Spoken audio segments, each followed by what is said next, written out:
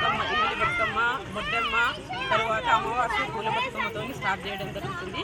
కాకపోతే బోధన ఆనవాయితీ ప్రకారము ఆశ్వీజ శుద్ధ పాడ్యమి రోజు ఒక్కరోజు అట్లకదిగా అదే ఇంగిలి బతుకమ్మగా బొడ్డెమ్మగా అన్నీ ఒకటే అనుకుని చేస్తారు.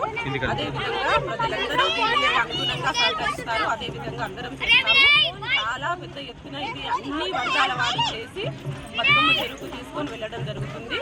ఇది పెద్ద ఎత్తున జరగడం చాలా ఆనందదాయకము.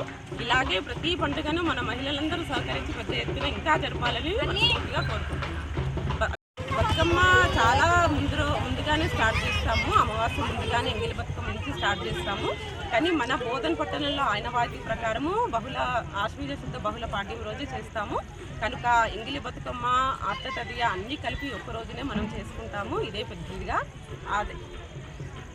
సాంప్రదాయాలతో పాటుగా ఈ బతుకమ్మని గన్నేరు పువ్వులు, తంగేడు పువ్వులు, బంతి పువ్వులు, టేకు పువ్వులు, చామంతి పువ్వులు, రకరకాల పువ్వులతో ఈ బతుకమ్మను తయారు చేసి సాయంత్రం చీకటి వేళలో చక్కగా ఏటికి వెళ్ళి నిమజ్జనం చేసే మహిళలందరూ కూడా ఆనందంగా, ఉత్సాహంగా, ఎంత సంతోషంగా ఆ యొక్క బతుకమ్మను నిమజ్జనం చేసి వస్తారు.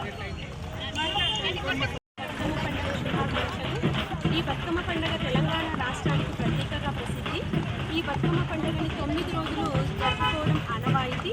ఒక్కొక్క రోజు ఒక్కొక్క బతుకమ్మగా, ఒకరోజు ఎంగిలి బతుకమ్మ అని, ఒకరోజు అట్ల బతుకమ్మ అని, ఒకరోజు అటుకుల బతుకమ్మ అని, ఒకరోజు సన్నబియ్యం బతుకమ్మ అని, లాస్ట్ ఎంగిలి బతుకమ్మ అని, ఈ విధంగా 9 రోజుల బతుకమ్మ పండుగను జరుపుకుంటాము. కానీ ఈ మన బోధనలో పాఠ్యమి రోజే మన బతుకమ్మను జరుపుకోవడం ఆనవాయితీగా జరుగుతుంది. ఇలాంటి బతుకమ్మ పండుగని ఇంకా చాలా ఆనందంగా పెద్ద ఎత్తున జరుపుకోవాలి. ప్రజలందరికీ మరియు మా బోధన మహిళలందరికీ బతుకమ్మ శుభాకాంక్షలు. ఈరోజు ఎంతో చక్కగా ఆశ్వీజ శుద్ధ పాడ్యమి రోజు మనం బతుకమ్మ పండుగ ప్రతిసారి చేసుకుంటున్నట్టే ఈసారి చేసుకుంటున్నాము. కానీ వాతావరణం సహకరించకపోవడం వల్ల తొందరగా కానియాల్సి వస్తుంది. కాబట్టి మన యొక్క సంస్కృతిని, మన యొక్క సాంప్రదాయాల్ని ఎవరూ మర్చిపోకుండా ఇలాగే ప్రతిసారి చేసుకోవాలి, ఇంకా మంచిగా చేయాలని పెద్ద ఎత్తున మనస్ఫూర్తిగా కోరుకుంటున్నాను.